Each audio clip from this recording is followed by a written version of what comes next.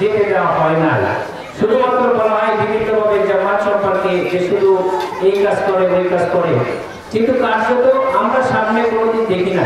জামাত ইসলামী আজকে এক সপ্তাহ ধরে আপনারা দেখেছেন যে মানুষের চোখের অপারেশন এবং এই যে খাতনা করার কাজে এবং অন্যান্য হেলথ ক্যাম্প আমরা বেশ কয়েকটা করেছি, মেয়েদের নিয়ে চিকিৎসার ব্যবস্থা করেছি। সুতরাং বাংলাদেশ জামাত ইসলামের আমির যেটা বলেছে যে মানুষকে নিয়ে জামাত ইসলামী একটা কল্যাণ রাষ্ট্র গঠন করতে চায়। এই কল্যাণ রাষ্ট্র গঠনের জন্য মানুষের কল্যাণ করার মাধ্যমেই সম্ভব শুধুমাত্র। তারই ধারাবাহিকতায় আমরা যারা অল্প আয়ের মানুষ তাদের জন্য কিভাবে স্বাস্থ্যসেবা নিশ্চিত করা যায় সেটাই আমাদের একটা বড় লক্ষ্য। বাংলাদেশ জামাত ইসলামী যারা অল্প আয়ের ইনকাম করে তাদের জন্য, স্বল্প আয়ের ইনকাম মানুষের জন্য ফ্রি অথবা অতি অল্প মূল্যে কিভাবে স্বাস্থ্যসেবা নিশ্চিত করা যায়। বাংলাদেশের জামাত ইসলামীর আমিরও একজন ডাক্তার এবং অসংখ্য ডাক্তার জামাত ইসলামের সঙ্গে কাজ করছে। ভবিষ্যতে সেটা নিশ্চিত করার জন্য সর্বোচ্চ গুরুত্ব দেবে ইনশাআল্লাহ। স্বাস্থ্য শিক্ষা এই দুটাই বাংলাদেশের জামাত ইসলামী ভবিষ্যতে বড় গুরুত্বের সহিত দেখবে। রাষ্ট্রের পক্ষ থেকে এটা নিশ্চিত করার একটা দায়িত্ব ছিল। আমরা আশা করি বাংলাদেশের জামাত ইসলামের আমির ডাক্তার শফিকুর রহমানের নেতৃত্বে সরকার গঠন হলে দুর্নীতিমুক্ত যে বাংলাদেশ হবে সেই বাংলাদেশে আপনারা অতি অল্প মূল্যে ইনশাআল্লাহ স্বাস্থ্যসেবা পাবেন।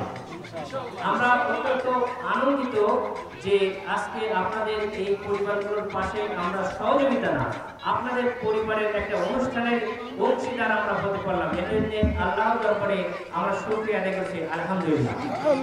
আমরা আশা করি আপনাদের এই ধরনের কর্মসূচির মাধ্যমে বাংলাদেশ জামাত ইসলামী মানুষের জন্য কি করতে চায় সেটা তো আপনারা সাক্ষী হতে পারছেন নাকি পারেন নাই?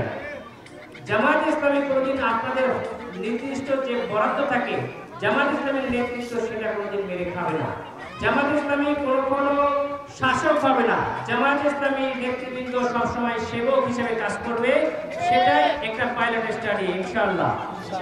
আপনারা ভবিষ্যতে জামাত ইসলামীকে ভবিষ্যতে কাজ করার জন্য সুযোগ দিবেন এবং আমরা আশা করি দল মত নির্বিশেষে অতীতের সকল ভেদাভেদ ভুলে আমাদের রাষ্ট্র সবসময় একটা অস্থিরতার মধ্যে থাকে। আমরা এই অস্থিরতা আর ভবিষ্যৎ প্রজন্মের জন্য চাই না। আমরা সবাই মিলে অতীতের সকল ভেদাভেদ ভুলে জামাত ইসলামের আমিরের নেতৃত্বে একটি কল্যাণ রাষ্ট্র গঠন করব, যে কল্যাণ রাষ্ট্র বিশ্বের বুকে একটি সমৃদ্ধ সুশৃঙ্খল উজ্জ্বল বাংলাদেশ হিসেবে গৌরবান্বিত হবে ইনশাআল্লাহ।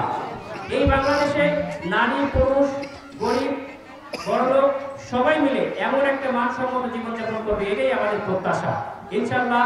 আপনাদের সবাইকে নিয়ে আগামীতে দাঁড়িপাল্লা বিজয়ী হবে ইনশাআল্লাহ। আমার আপনার মার্কা, সবাই মার্কা কি দাঁড়িপাল্লা। তো আমরা আশা করি দাঁড়িপাল্লার কাজ করবেন এবং সবাই ইসলামের জন্য কাজ করবেন, পাঁচ ওয়াক্ত নামাজ পড়বেন। এটা আমরা আশা করি ভবিষ্যতে সকলকে নিয়ে আমরা একটা সুন্দর সাম্যের বৈষম্যহীন বাংলাদেশ গড়ব ইনশাআল্লাহ। সবাইকে ধন্যবাদ। আসসালামু আলাইকুম।